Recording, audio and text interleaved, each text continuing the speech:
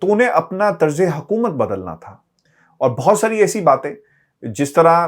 خواتین کی تعلیم کا مسئلہ ہے کہ خواتین کام ساتھ کریں گی یا نہیں کریں گی، حکومت میں ان کا شیئر کیسا ہوگا، اور پھر خواتین کو کیا مقام دیا جائے گا افغانستان کے اندر. یہ وہ سوالات تھے جس کو ویسٹ نے اٹھایا، اور پھر ہم نے بہت ہی زبردست قسم کی طالبان کی جو طرز حکومت ہے اس میں تبدیلیاں دیکھی. اور تبدیلیاں یہ تھی کہ وہ اتنے زیادہ فنڈامنٹلسٹ، یعنی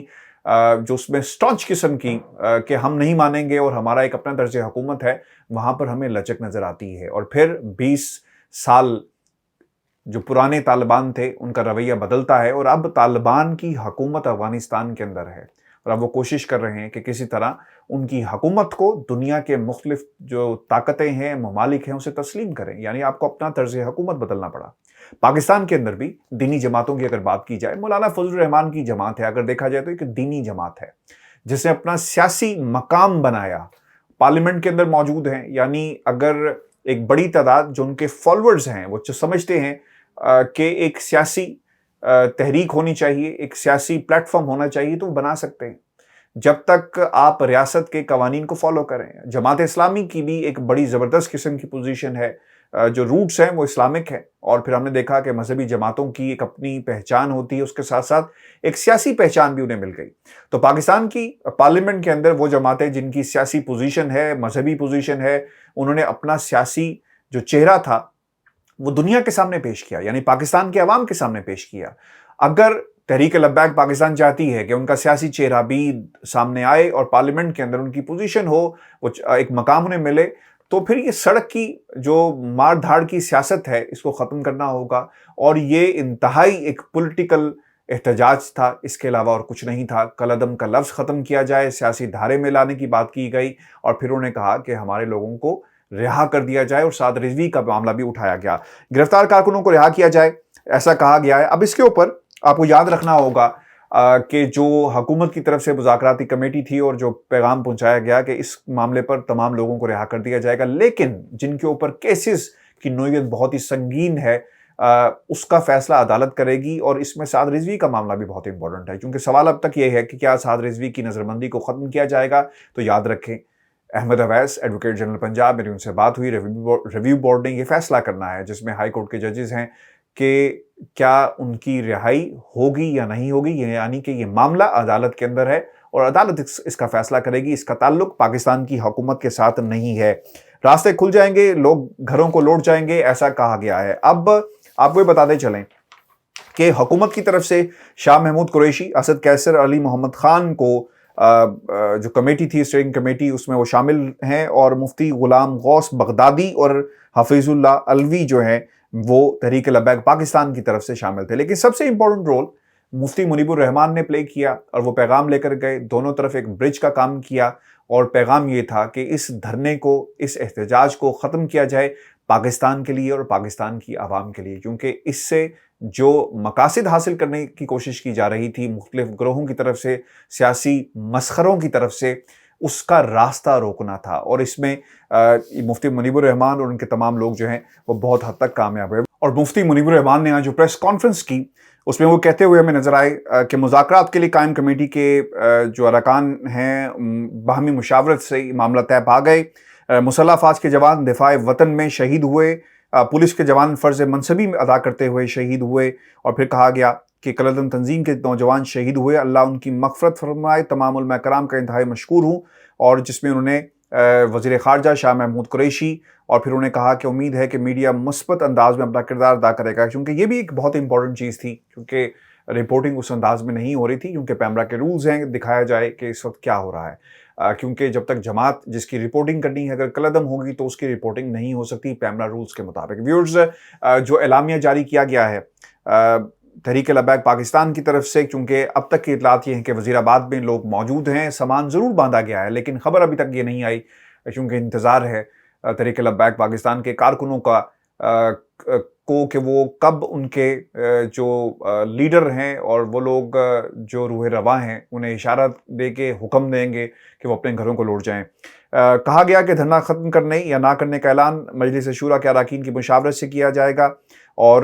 دھرنا ختم کرنے کا اعلان مشاورت مکمل ہونے کے بعد ہوگا، اور امید کرتے ہیں کہ اسٹیئرنگ کمیٹی جلد سفارشات پر کام کر کے معاملات کو سلجھانے میں کامیاب ہوگی، اور ملک میں کسی قسم کی افراتفری کا سوچ بھی نہیں سکتے۔ ملک ہمارے اسلاف اور بزرگوں نے بنایا ہے۔ مجھے حیرانگی اس بات کی ہوتی ہے، اور میں پہلے دن سے یہ کہہ رہا ہوں، لوگوں نے کرٹیسائز بھی کیا کمنٹ سیکشن میں، آپ کی رائے کا احترام ہم کرتے ہیں، لیکن دیکھیں یہ ملک کے اندر 22 کروڑ عوام جو موجود ہیں وہ تمام مسلمان ہیں، اور نبی کریم صلی اللہ علیہ وآلہ وسلم کی شان میں کوئی گستاخی کرے تو ہمیں بھی اتنا ہی دکھ ہے، غصہ ہے، جتنا تحریک لبیک پاکستان کے کارکنوں کو ہے۔ ہم اپنے آپ کو اس رشتے سے بحیثیت مسلمان کبھی بھی علیحدہ نہیں کر سکتے، اور یہی ہماری پہچان ہے، قیامت تک یہی پہچان رہے گی ہر مسلمان کی۔ لیکن آپ جب یہ کہتے ہیں کہ ہم نہیں چاہتے کہ وہ پاکستان جو ہمارے بزرگوں نے بڑی محنت سے اور قربانی سے حاصل کیا، اور الفاظ استعمال کیے گئے کہ ملک میں کسی قسم کی افراتفری کا سوچ بھی نہیں سکتے۔ پچھلے 2 ہفتوں سے سڑک پاکستان کی میدان جنگ بنا ہوا ہے، لوگ مر رہے ہیں، آنسو گیس چلائی جا رہی ہے، لاٹھی چارج ہو رہا ہے، وہ لوگ اپنے گھروں میں محصور ہو کر رہ گئے، ایمبولینسیں پھنس جاتی ہیں، نظام زندگی مفلوج ہو کر رہ گیا۔ تو یہ افراتفری نہیں تو اور کیا ہے؟ خدارا سیاست مت کریں۔ اگر آپ نے سیاست ہی کرنی ہے تو اپنی حرکات و سکنات کو بہتر کریں، اور اپنا ڈپلومیٹک انداز اپنائیں، اور یہ جو جہاں تک آپ کا تعلق ہے سیاست میں آنے کا، تو آپ کو پولیٹیکل فیس بنانا پڑے گا، لوگوں کو اپنی پہچان بتانی پڑے گی کہ آپ چاہتے ہیں کہ ایک تنظیم ہو جس کا پولیٹیکل ایجنڈا ہو۔ مذہبی ایجنڈا بھی ہے، یقیناً ہم تمام مسلمانوں کا مذہبی ایجنڈا ہے، لیکن پولیٹیکل ایجنڈا بھی ہے، تاکہ پارلیمنٹ میں پہنچ سکیں، عوام کی آواز بن سکے۔ اگر آپ سمجھتے ہیں کہ آپ کی تعداد اتنی ہے اور آپ کی حیثیت اتنی زیادہ ہے اور آپ کا مقام یہ ہے کہ پارلیمنٹ میں آپ پہنچے، تو پھر آپ کو پولیٹیکل فورس بننا پڑے گا، اور قومی دھارے یعنی قومی سیاست کی دھارے میں آنے کے لیے آپ کو لوگوں تک پہنچنا پڑے گا۔ اور اس کا حل واحد یہ ہے کہ آپ جماعت بنائیں، اپنے رویے کو پر غور کریں، اور اس وقت آپ کی مانیٹرنگ بھی کی جا رہی ہے۔ اگر یہ بہتر انداز میں آپ یعنی تحریک لبیک پاکستان وہ تمام مذاکرات اور تمام مطالبات اور جو وعدے آپ نے کیے ہیں اس پر عمل کرتے ہیں، تو یقیناً پولیٹیکل فورس بھی آپ بن سکتے ہیں۔ پاکستان میں دیگر جماعتیں بھی موجود ہیں جو مذہبی بھی ہیں، اور ان کی ایک پولیٹیکل شناخت بھی ہے، اور لوگ انہیں ایکسیپٹ بھی کرتے ہیں۔ اور 2023 کے الیکشن میں اگر آپ کا بہتر انداز رہا تو پھر یہ بھی سوال ہے کہ کیا تحریک لبیک پاکستان کے امیدوار ہمیں نظر آئیں گے یا نہیں آئیں گے۔ میں یہ جانتا ہوں اور سمجھتا بھی ہوں کہ پاکستان کے اندر ایک بہت بڑی تعداد ایسی ہے جو مذہبی جماعتوں کو نہیں مانتے، اور مذہبی جماعتوں کا سیاست میں ہونا اس سے بھی اختلاف کرتے ہیں، لیکن ایک بڑی تعداد جب آپ ڈیموکریٹک پروسیس میں آ جائیں تو ان جماعتوں کو جو لوگ ایکسیپٹ کرتے ہیں تو پھر آپ کو بھی ایکسیپٹ کرنا پڑے گا۔ اور یہی وجہ ہے کہ مولانا فضل الرحمان کی جماعت کے لوگ بھی پارلیمنٹ میں بھی موجود ہیں، سینٹ میں بھی موجود ہیں، اور جماعت اسلامی کے لوگ بھی موجود ہیں۔ تو آپ کو اپنا پولیٹیکل فیس بنانا پڑے گا، اور دیکھنا پڑے گا کہ آپ کا اس پورے عرصے میں یعنی اگلے الیکشن سے پہلے کس قسم کا برتاؤ ہوگا، اور آپ کس طرح کی حکمت عملی اپناتے ہیں۔ ویورز، کچھ لوگوں نے کوشش کی کہ اس پورے عمل سے فائدہ اٹھایا جا سکے، اور پاکستان کی حکومت کو کرٹیسائز کیا گیا، اور مشیروں وزیروں کی میں بھی ان میں ناقدین میں سے ہوں اور تنقید کرنے والوں میں سے ہوں کہ ان کے رویوں پر سخت قسم کے بیانات دیے گئے۔ اگر نور الحق قادری صاحب یہ کہتے ہیں کہ میری کیا مجال کہ یہ پیغام یعنی جس پر دستخط ہم نے کیے وزیر اعظم کی مرضی سے یہ ہوا، تو ہمیں یہ بھی یاد رکھنا چاہیے کہ فواد چودھری صاحب کی کیا مجال کہ جو وہ بات کر رہے تھے وہ پاکستان ریاست کا پیغام تھا جو انہوں نے دیا۔ لیکن اس پورے پروسیس میں فیصل واڈا کا جو